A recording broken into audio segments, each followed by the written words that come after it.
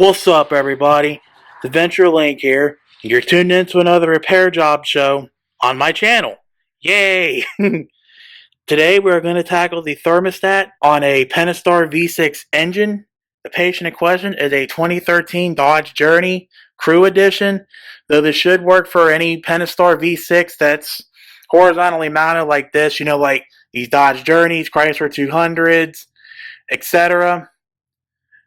If you have the longitudinal mounted, you know, the one that goes up and down like it is on rear wheel drive, you know, like Dodge Chargers, Dodge Challengers, Ram trucks, Jeep Wrangler, etc. Your thermostat should ideally be right around right there and would be majorly easy to get to. Before we get started though, there are a few safety precautions we need to take care of first. First off, make sure you're working on a cold engine. Ignore the TPMS that's been going out, but main point is make sure you're working on a cold engine. This is, you know, almost cold. Ideally, this should say like less than 100 degrees Fahrenheit or the Celsius equivalent. And the line should be ideally like right onto the C or lower. And the next thing you need to do is make sure you get your vehicle up in the air using jack stands or ramps. I've elected to use jack stands this time around. And either way, make sure that your load is, you know, square and secured on both sides.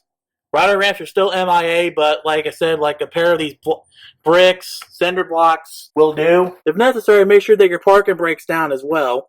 Provide extra security. Remember, kids, as Taraz Cool, aka the Crazy Russian Hacker, would say, safety is #1 priority. And it is on this channel here too. I don't want to see no one getting hurt, killed, or whatever. Next thing you want to do is take your catch can. If necessary, go into the vehicle, tie a string all the way down to the ground where the thermostat housing is, and, you know, keep arranging your pan in such a way as to where the string would actually hit into the pan.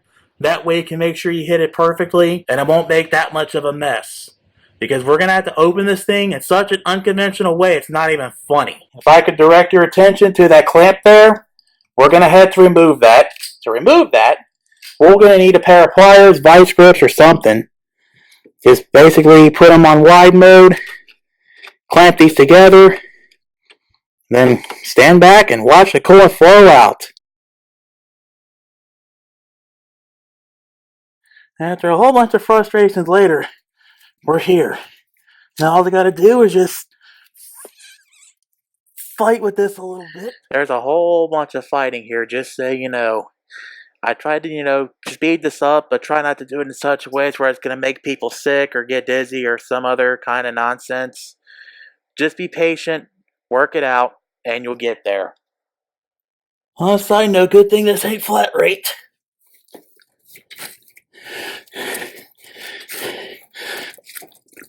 Got him!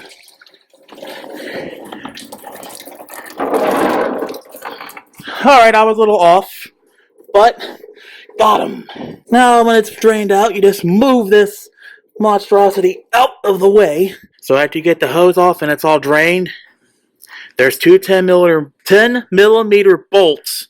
One here and one at the bottom here. You can't feel it. This is what the bolt looks like. It's a 10 millimeter bolt. It looks like this. This was the bottom bolt. Okay, how to get to the bottom bolt. You can waste your time all day long with a standard socket, a deep well socket that's 10 mils. But this is a 10 mil box wrench here. It's a little rusty, but it says 10 millimeters. Basically, all you got to do is go down here, play the touchy-feely game. It's on there, but it's on there upright. But yeah, it's on there. Right, it's on there. It's got to pull up. You get it loose. Then you're just going to keep going with this until it's until you know you get it out far enough to where you can just get it out by hand. But if you can get one of the ratcheting box wrenches, that would be great. But in any case, I already loosened this one up here off cam. Just put it on the thermostat housing bolt here. And of course, you know, you remove it and loosen with a 10 millimeter ratchet or box wrench or whatever. Or my big hand. Remove this.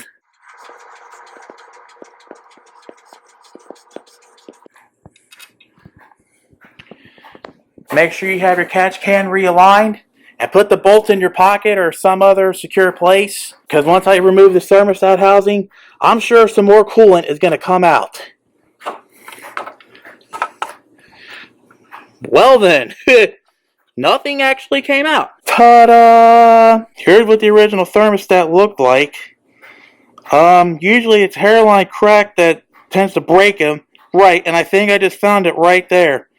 Right where it says bear, in between the bear and the raised circle piece. You can clearly see where this crack is. And it's probably pretty consistent from earlier. Usually these are a known issue and usually like to go out like, some people will say 50,000 miles. You might get lucky and get longer life, but as far as I know, at the time I recorded this video and put it on YouTube, there was like 5 total complaints with this thing. Now, if you're just here to just replace your thermostat, you can do that. It would be easier if I had one of those like wood, like cardboard dowel things. You know, you squeeze it like this, squeeze until the tab comes out. There's your tab. There's your spring. Make sure you install it, you know, just like this up and down. Then here's this other piece right here. Just pops out like so. Then after that, you just reassemble the new one in there, and you're good to go. As for your original thermostat, the part number is 051-845-70AH. However, this is the one I was given, 051-845-70AJ. But yeah, it's all the same housing and all that, and it looks just like this, just like the one you just yanked out. As I finish up my flushing of the radiator and cooling system, keep in mind that I did, drain the radiator and block out all the way. So, there's going to be some sitting in the system left over. You're going to have like a quart, like 1.4 quarts in the heater cores. If you have, the front controls only be a single side or dual side, it's like 13.1 quarts. And if you have the 3-zone climate control, which is what this Dodge Journey has, 14.5 quarts for the 3-zone system.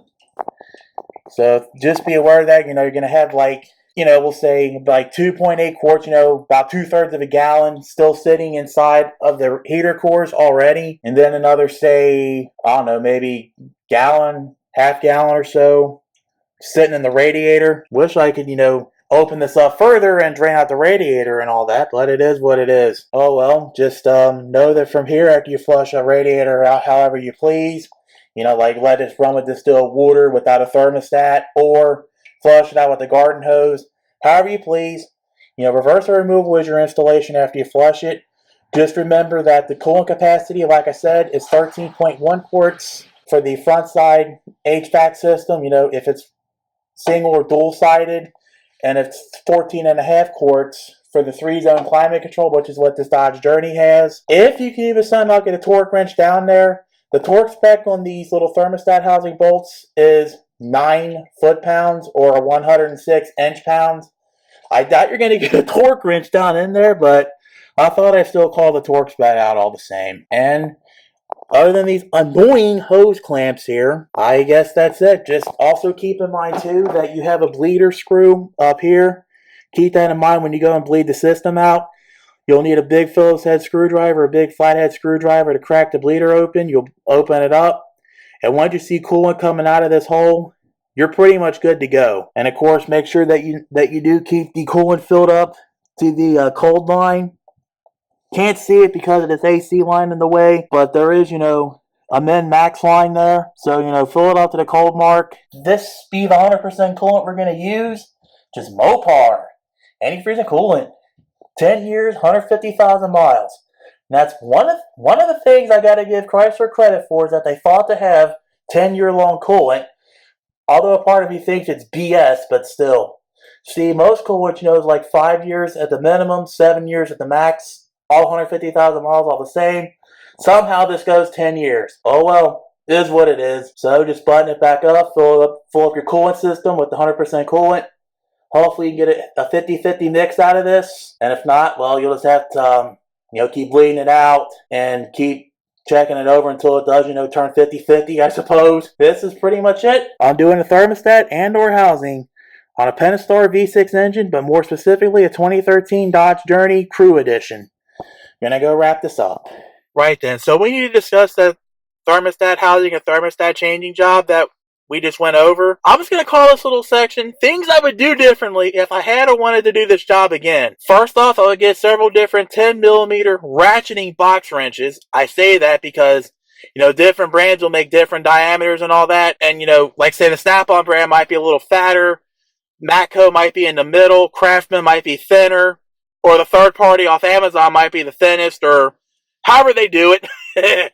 But have several size 10mm ratcheting box wrench, especially for that bottom bolt, because it is a pain to get to. Additionally, those little hose clamps like you saw in today's video, if I had the actual tool that's actually meant to do this rather than little vice grips, it would have probably saved my frustration level, patience, and all that good stuff too. So I would recommend to have that. If you're using those vice grips like I did, vice grips and pliers, I would also recommend you kick those little hose clamps out of that car and get some little worm gear clamps instead. Those are actually easier to work with, honestly. And speaking of the hose, if you're just in here for the thermostat only, you might be able to just try to get inside the bottom bolt with everything connected.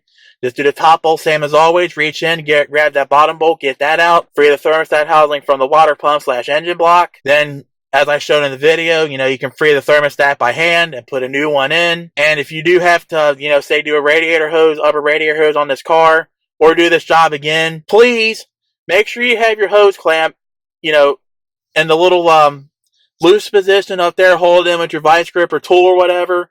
Put it on the side where the thermostat housing is, and then take some silicone spray it around the thermostat housing so that way the hose will slide on and off easier. Then once you get it on there as hard as you can, then you slide the little hose clamp over it, and then you just put it back on the car from there. I would actually unbury that little hose, the radiator petcock drain, and actually drain the radiator out all the way. That way I can actually flush out the system a lot better, rather than, you know, just try to get the engine block, hopefully the heater cores, and unfortunately what stays in the radiator is unfortunately in the radiator. That's pretty much all I gotta say on that, other than that passenger side there being a pain. It took me like 8 hours to do this, mostly because of that darn hose clamp and the whole tightness under the car, but hey, it's modern cars. Cars from the 2010s decade and afterwards. They're hard to work on. Voltar would say in my best ASMR voice, you gotta sit back, strap on, and enjoy the ride, because it ain't getting any better. So, yeah. And the Voltaire, however you say your name, if I butcher your name,